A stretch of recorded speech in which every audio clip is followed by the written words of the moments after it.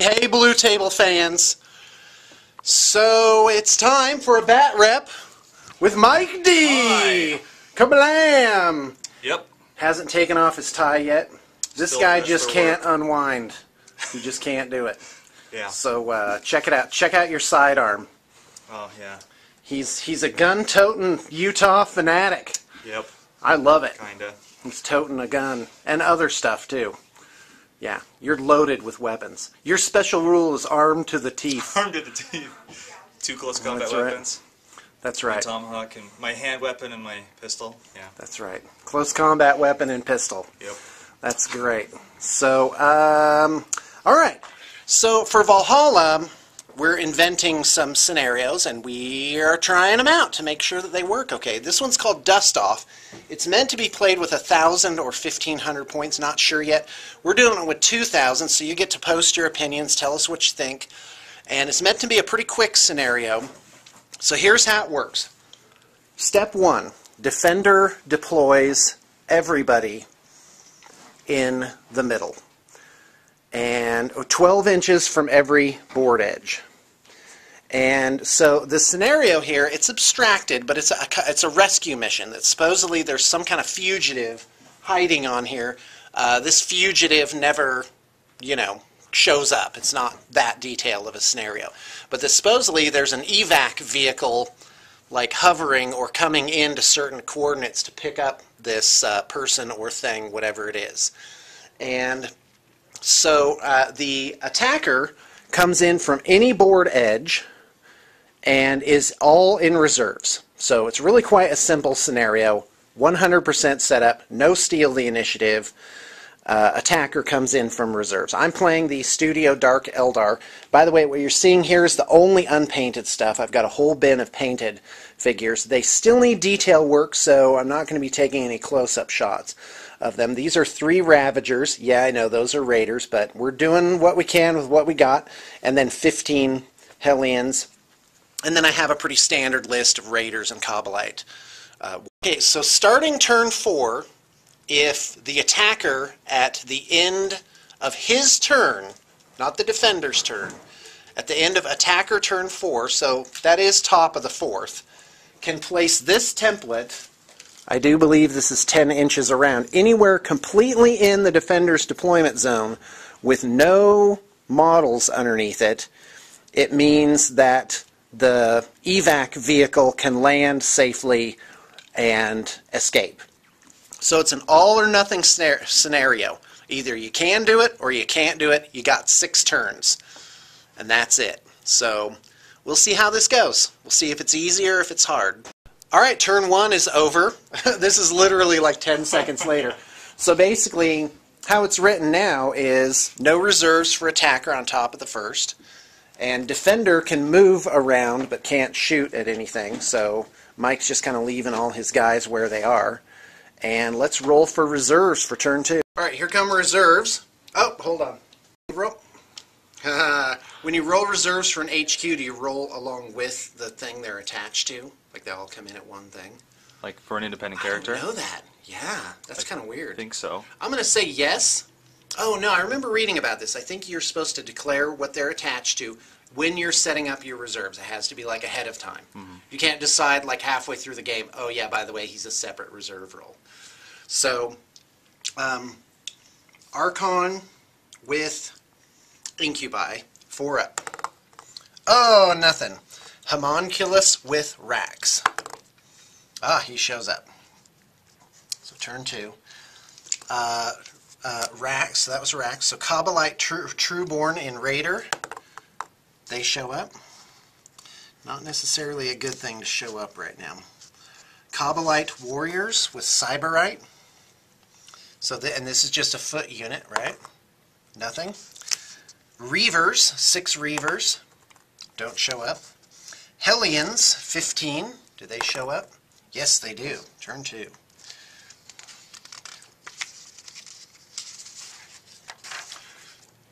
Okay, now the 3 Ravagers, all armed identically with disintegrator cannons. Oh, no, wait, they are different.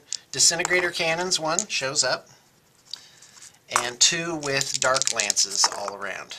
Neither of them show up. And I have a spare unit of Kabbalite warriors with just a splinter cannon. And oh, and they show up. Good. All right. All right, we decided to add a new rule mid-game that when the attacker rolls for their reserves on a 1 through 3, I pick where they go. On a 4, 5, or 6, the attacker picks Which board edge edge, that right. they go. Yeah. And that's because it became clear it was to my advantage. I'll just put my whole army on one board edge, come in and sweep out half his army. Yeah. And even if he picks that or that or that, I could still make them come in like here, here, and things. here. Right. So at least that'll spread out the attackers a little bit. Yeah. Homunculus. Okay, I pick. Kabbalite Trueborn and Raider. Mike picks. And Hellions. I pick. Was that it? No, there was two more. There was a Ravager. I pick. Kabbalite Warriors. I pick. Wow. So it was only the homunculus, right? Okay, great. But what order? Because if you pick, it should be defender chooses first. Any ones that the defend... No, it should be attacker chooses. It should go as you roll right. them, where they go. Oh, you think so? Okay, fair enough. All right, roll for combat drugs. This will be the Reavers and the Hellions. The result is 4, which is 4. Reroll to wound. Oh, that's outstanding.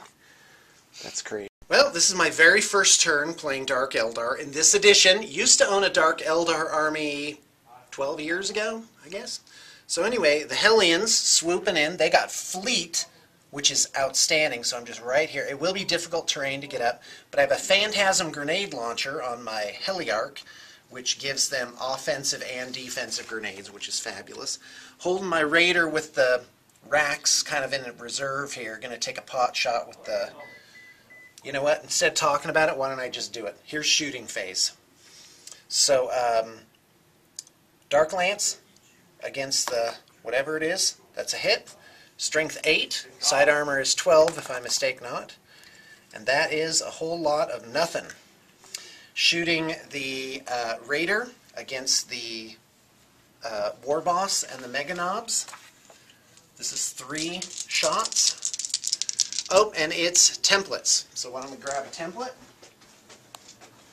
James is here to see something blow up. And I'm happy to oblige him. Range is 36 inches, so yep, all in range. That's real nice. I gotta say, I'm already liking playing Dark Eldar because it's they're fast. They're just really super insanely fast and very agile. Well, these are spread out pretty well, so I don't think I'm going to get multiple hits. Yep, no chance of multiple hits. But here we go. And I'm not ready. Okay, don't let James distract. All right, so here's one 2d6 inch deviation. That's a hit. So that's 1 hit on the unit. And here's another one. That's 8 minus ballistic skill 4 is 4 inches this way. So there's one more.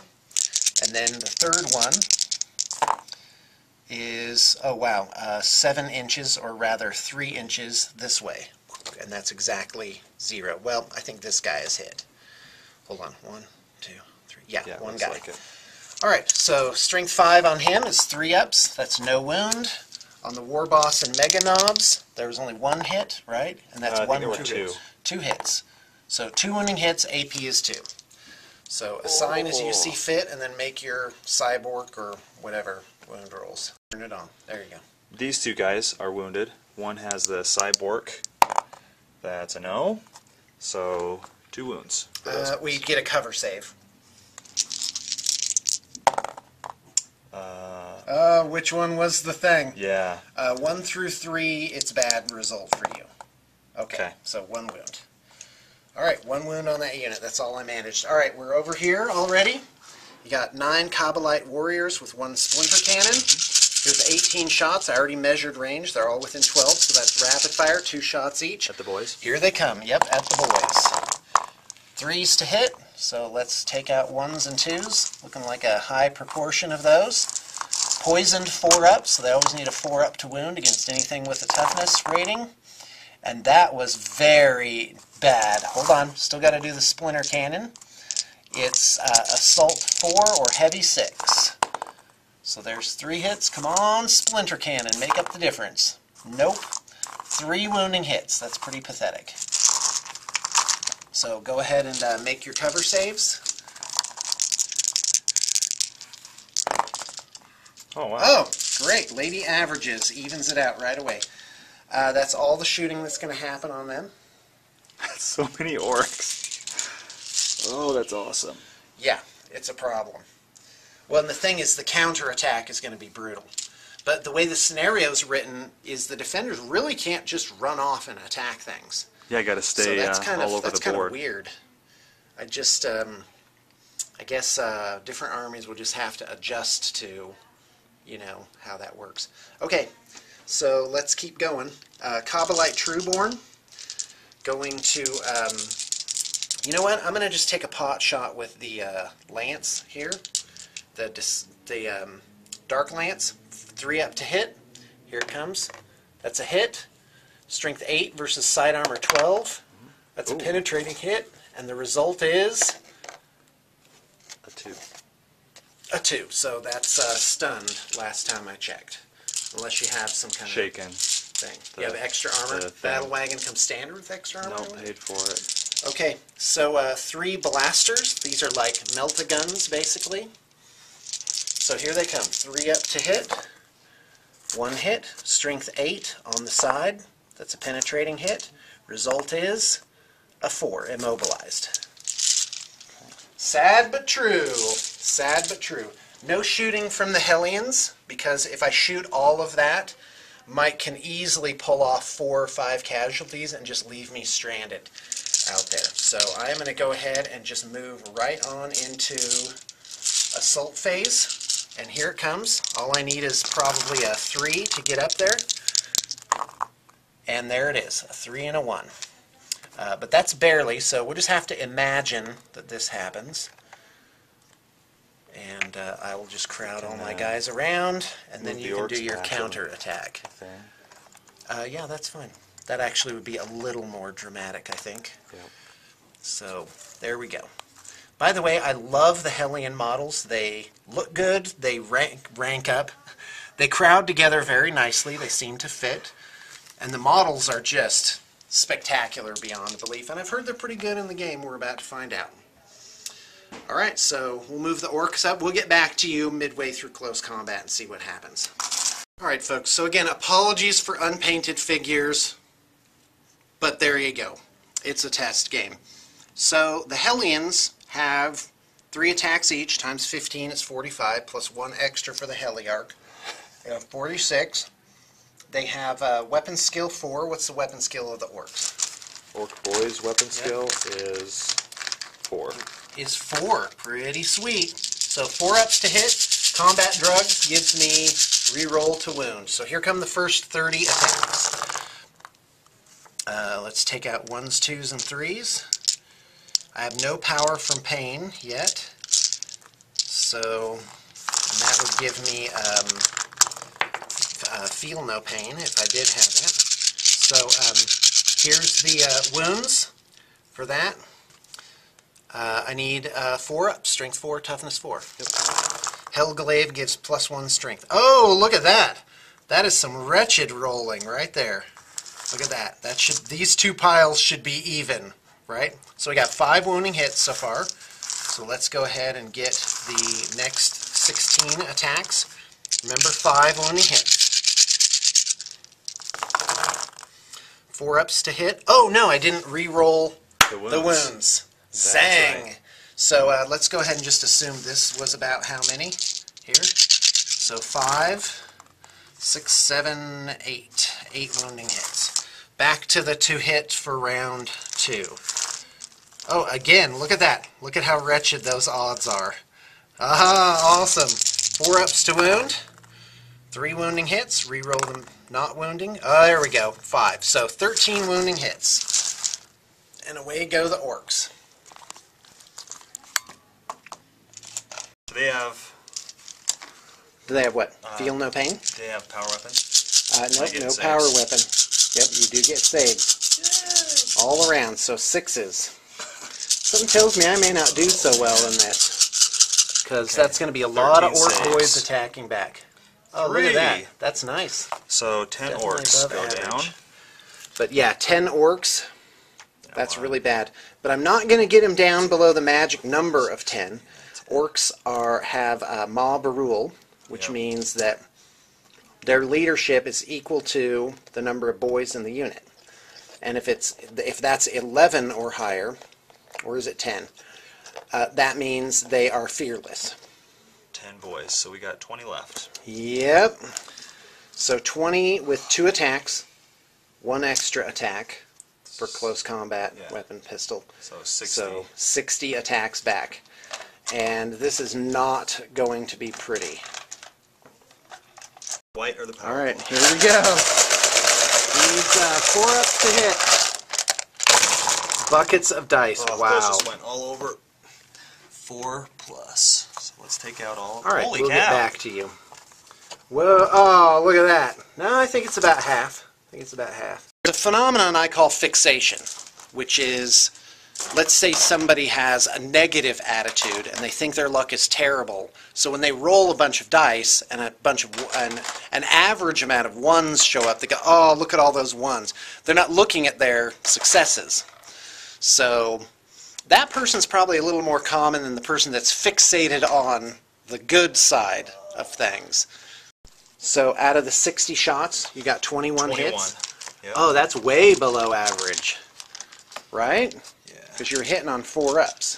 And then choppers to wound. Okay. Oh. We'll just leave that. So you're looking for 3s, right? Well, the power claw kills 2 guys. That's just straight up. Come on. So 2 power claw. And these are all wounds. Right, and there's not 15 wounds, so I can't lap them around onto one guy. 13.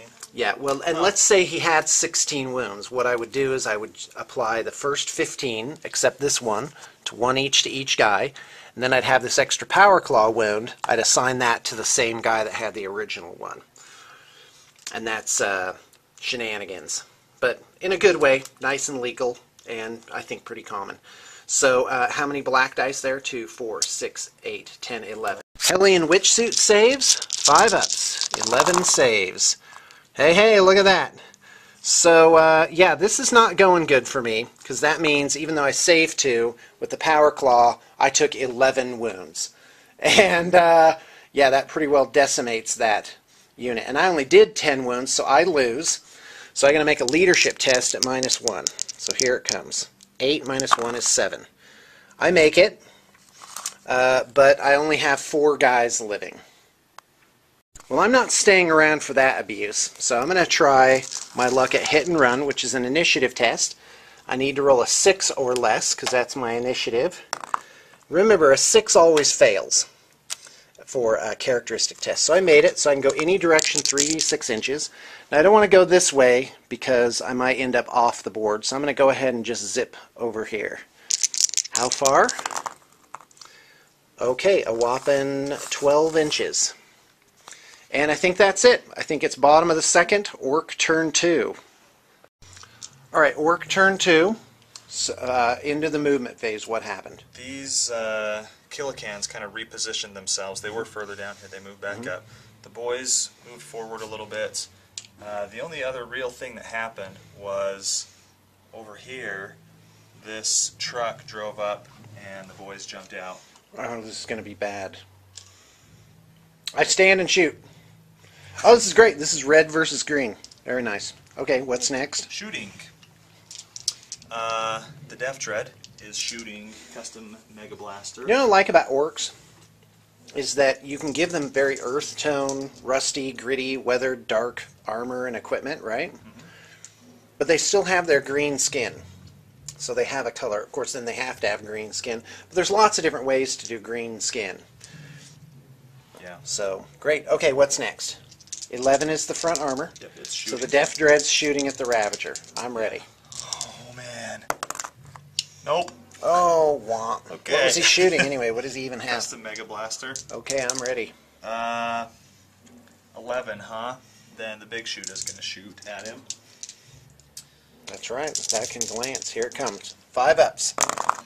There's 1. And nothing. 8. Does not get through AV 11. These boys are going to shoot at... Nope, doing this one first. The Killicans are going to shoot at the Ravager. thing. Got it. That's a rocket launcher. Okay, I'm ready. Orc rocket launchers are different, aren't they?